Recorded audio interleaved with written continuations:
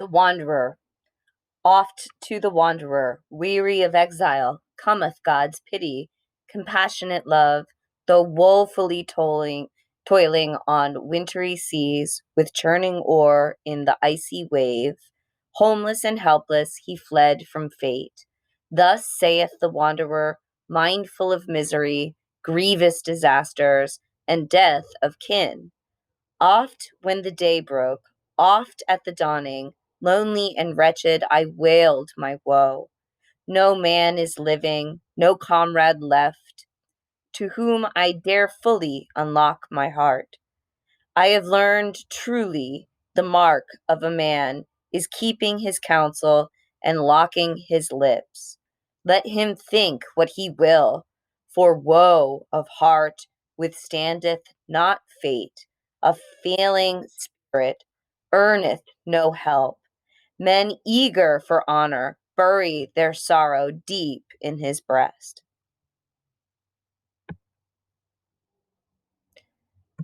So have I also, often in wretchedness, fettered my feelings, far from my kin, homeless and hapless since days of old. When the dark earth covered my dear Lord's face, and I sailed away with sorrowful heart, over wintry seas seeking a gold Lord, if far or near lived one to befriend me with gift in the mead hall and comfort for grief. Who bears it knows what bitter companion shoulder to shoulder sorrow can be. When friends are no more, his fortune is exile, not gifts of fine gold, a heart that is frozen, earth's winsomeness dead, and he dreams of the hallman, the dealing of treasure, the days of his youth.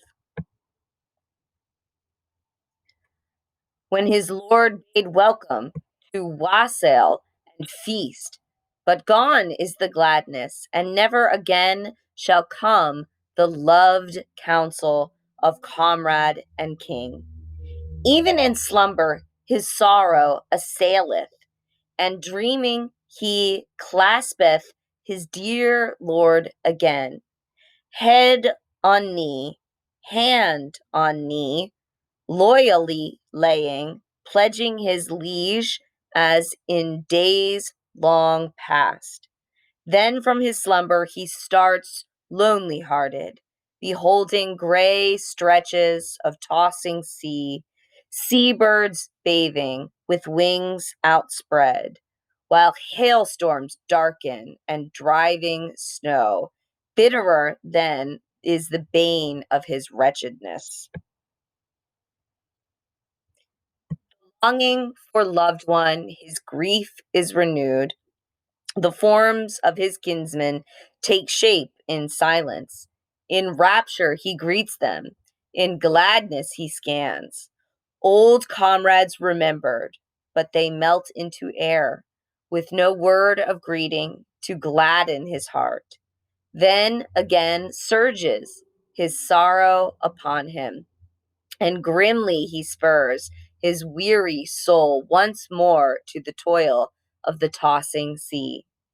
No wonder, therefore, in all the world, if a shadow darkens upon my spirit when I reflect on the fates of men, how one by one proud warriors vanish from the halls that know them, and day by day all this earth ages and droops unto death. No man may know wisdom till many a winter has been his portion. A wise man is patient, not swift to anger, nor hasty of speech, neither too weak, nor too reckless in war, neither fearful, nor fain, nor wistful of wealth, nor eager in vow, ere he know the event. A brave man must bide when he speaketh his boast, until he know surely the goal of his spirit. A wise man will ponder how dread is that doom when all this world's wealth shall be scattered and waste.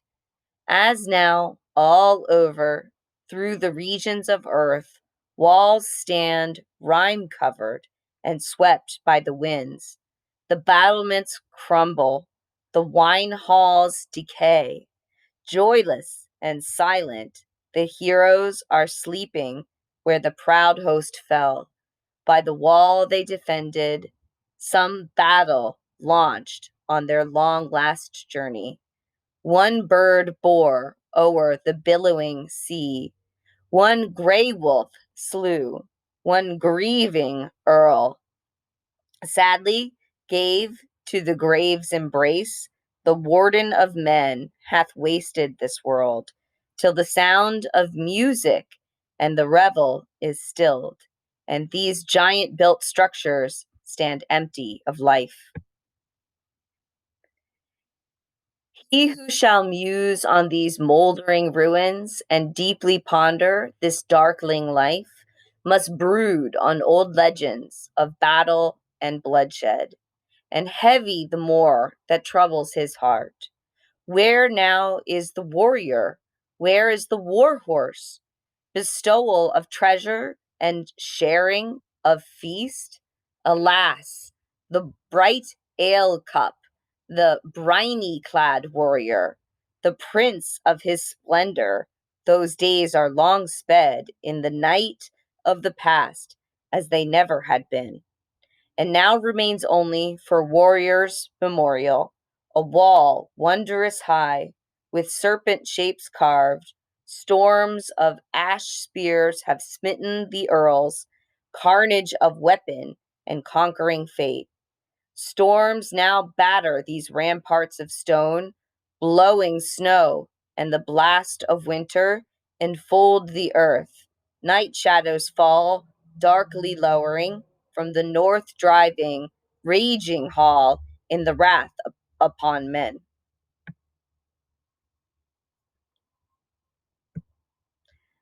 Wretchedness fills the realm of the earth, and fate decrees transforming the world.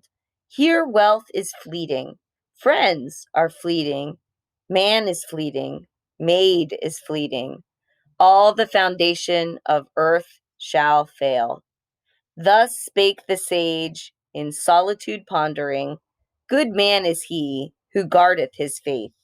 He must never too quickly unburden his breast of its sorrow, but eagerly strive for redress. From and happy the man who seeketh for mercy from his heavenly Father, our fortress and strength.